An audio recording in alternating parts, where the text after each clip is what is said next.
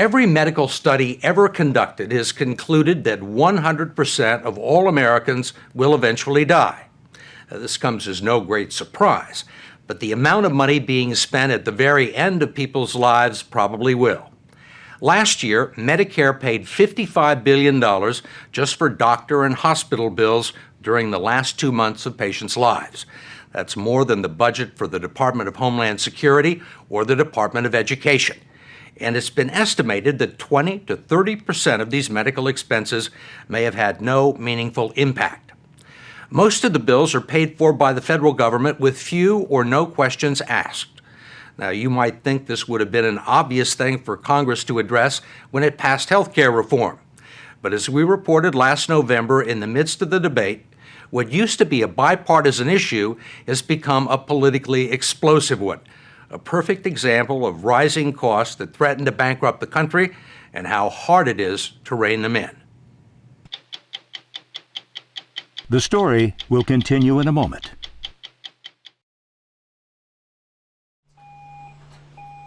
Ms. Klisch, it's Dr. Byock.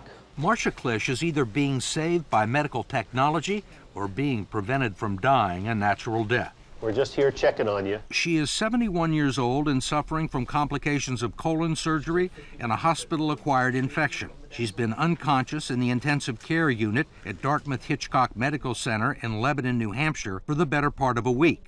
One of her doctors, Ira Byock, told us it costs up to $10,000 a day to maintain someone in the ICU. Some patients remain here for weeks. One has been here for 6 months. This is the way so many Americans die. Something like 18 to 20% of Americans spend their last days in an ICU. And, it's extremely expensive, it's uncomfortable. Many times they have to be sedated so that they don't reflexively pull out a tube, or sometimes their hands are restrained. This is not the way most people would want to spend their last days of life. And yet, this has become almost the medical last rites for, people as they die. Okay, let's go see her. Dr. Byock leads a team that treats and counsels patients with advanced illnesses. Hello there. He says modern medicine has become so good at keeping the terminally ill alive by treating complications of underlying disease that the inevitable process of dying has become much harder and is often prolonged unnecessarily. Families cannot imagine there could be anything worse than their loved one dying. But in fact, there are things worse. Most generally, it's having someone you love die badly. And what do you mean by dying badly? Dying suffering, dying connected to machines. Denial of death at some point becomes a delusion, and we start acting in ways that make no sense whatsoever. And I think that's collectively what we're doing. A vast majority of Americans say they want to die at home, but 75% die in a hospital or a nursing home. How do so many people end up in the hospital? It's the path of least resistance. Dr. Elliot Fisher is a researcher at the Dartmouth Institute for Health Policy, which did a detailed analysis of Medicare records for patients in the last 2 years of their lives.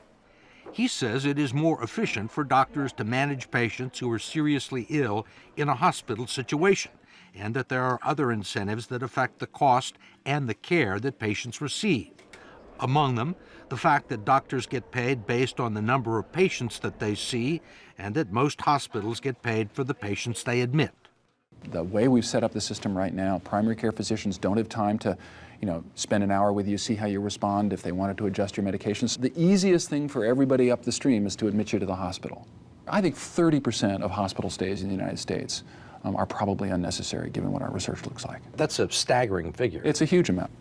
And once someone is admitted to the hospital, Fisher says they're likely to be seen by a dozen or more specialists who will conduct all kinds of tests, whether they're absolutely essential or not. They did x-rays, they did blood workup, they did lung capacity tests. Meredith Snedeker's 85-year-old mother spent her last 2 months shuttling between a nursing home and a community hospital in New Jersey, suffering from advanced heart and liver disease. Dorothy Glass was a former nurse who had signed a living will expressing her wishes that no extraordinary measures be taken to keep her alive. but that didn't stop a legion of doctors from conducting batteries of tests. I can't tell you all the tests they took, but I do know that she saw over 13 specialists. What kind of specialists? Neurological, gastroenterologists. She even saw a psychiatrist because they said she was depressed, and she told the psychiatrist, "Of course I'm depressed, I'm dying." When we reviewed the medical records, we discovered that there weren't 13 specialists who attended to her mother. There were 25, each of whom billed Medicare separately. The hospital told us that all the tests were appropriate, and an independent physician who reviewed the case told us it was fairly typical.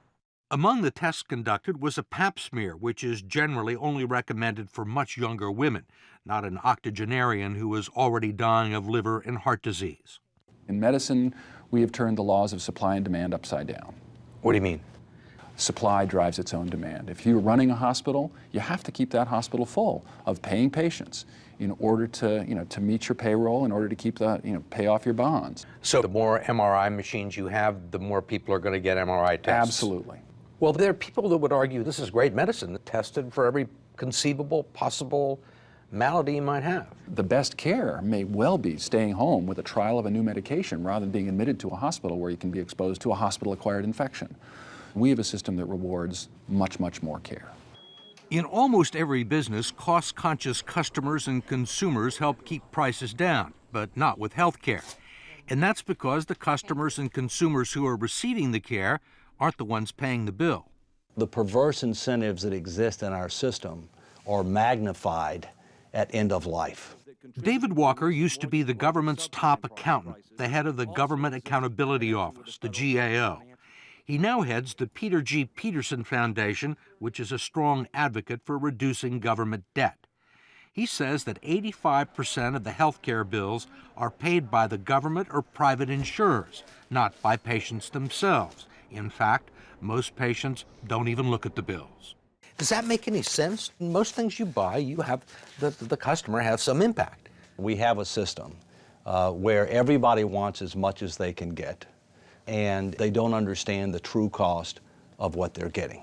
The one thing that could bankrupt America is out-of-control healthcare costs. And if we don't get them under control, that's where we're headed. With end-of-life care, there are also delicate cultural and political considerations. Patients with their family's support want to cling to life, and it is often easier to hope for medical miracles than to discuss how they want to die. Hey, Charlie, I want you to meet somebody. How you doing? When we met Charlie Haggard, he was 68 years old and suffering from liver and kidney failure. He wanted a double transplant, which would cost about $450,000. But doctors told him he was currently too weak to be a candidate for the procedure.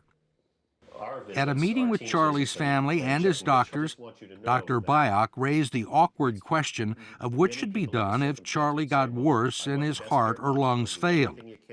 Dr. Byock told him that resuscitation rarely works on someone in Charlie's condition, and that it could lead to a drawn-out death in the ICU.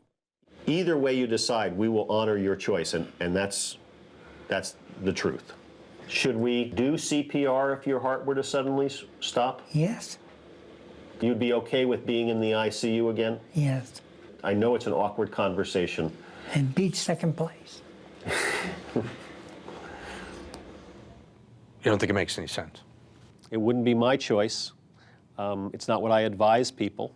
At the present time, it's their right to request it, And Medicare has to pay. and Medicare pays for it. Charlie Haggard died a few months later. A family member told us his condition had deteriorated so much they decided to let him go peacefully. But when it comes to expensive, high-tech treatment with some potential to extend life, there are few restrictions. By law, Medicare cannot reject any treatment based upon cost. It will pay $55,000 for patients with advanced breast cancer to receive the chemotherapy drug Avastin, even though it extends life only on an average of about a month and a half. It will pay $40,000 for a 93-year-old man with terminal cancer to get a surgically implanted defibrillator if he happens to have heart problems, too. I think you cannot make these decisions on a case-by-case basis. It would be much easier for us to say we simply do not put defibrillators into people in this condition. meaning your age, your functional status, the ability to make full benefit of the defibrillator. Now that's going to outrage a lot of people. And But you think that should happen? I think at some point it has to happen. Well, this is a version then of pulling grandma off the machine. You know, I have to say, I think that's offensive. I mean, I spend my life in service of affirming life. I really do. And to say we're going to pull grandma off the machine by not offering a liver transplant or her fourth cardiac bypass surgery or something is really just scurrilous. And it's certainly scurrilous when we have 46 million Americans who are uninsured. Every other major industrialized nation but the United States has a budget for how much taxpayer funds are allocated to health care, because they've all recognized that you could bankrupt your country without it. So you're talking about rationing. Listen, we ration now, we just don't ration rationally. There's no question that there's going to have to be some form of rationing. Let me be clear. Individuals and employers ought to be able to spend as much money as they want to have things done. But when you're talking about taxpayer resources, there's a limit as to how much resources we have. But if recent history is any guide, rationing has become the third rail of American politics, even though Dr. Elliot Fisher says we already limit health care based on income and whether people have insurance. After analyzing Medicare records for end-of-life treatment, he's convinced that there is so much waste in the present system that if it were eliminated, there'd be no need to ration beneficial care to anyone. Multiple studies have concluded that most patients and their families are not even familiar with end-of-life options and things like living wills, home hospice, and pain management.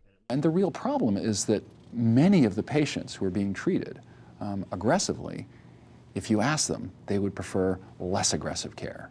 They would prefer to be cared for at home. They'd prefer to go to hospice if they were given a choice, but we don't adequately give them a choice. At some point, most doctors know that a patient's not likely to get better. Absolutely.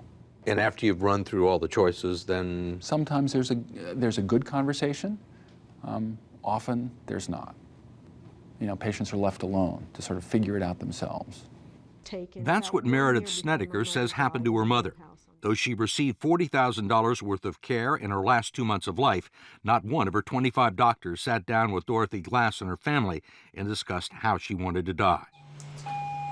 Marcia Klisch might have lingered for quite some time in the intensive care unit at Dartmouth-Hitchcock, but Dr. Byock and his team had a number of meetings with her closest friend, Barbara Mention. She said Klisch would not want to be kept alive on machines if there was no meaningful hope of recovery. It was decided the doctors would not try to resuscitate her if her condition worsened, which it soon did. Her heart has just flipped into a rhythm that doesn't allow it to beat effectively. She died a few moments later. This is a hard time in human life, but it's just a part of life. Collectively, as a culture, we really have to acknowledge that we're mortal, get over it, and start looking at what a healthy, morally robust way for people to die looks like. If you're wondering whether the health care reform legislation passed in March addressed any of the end-of-life issues raised in our story, the short answer is no. The new law was designed to slow the growth of Medicare expenses, but it does include a pilot program to reward doctors for the quality of care they provide rather than the quantity.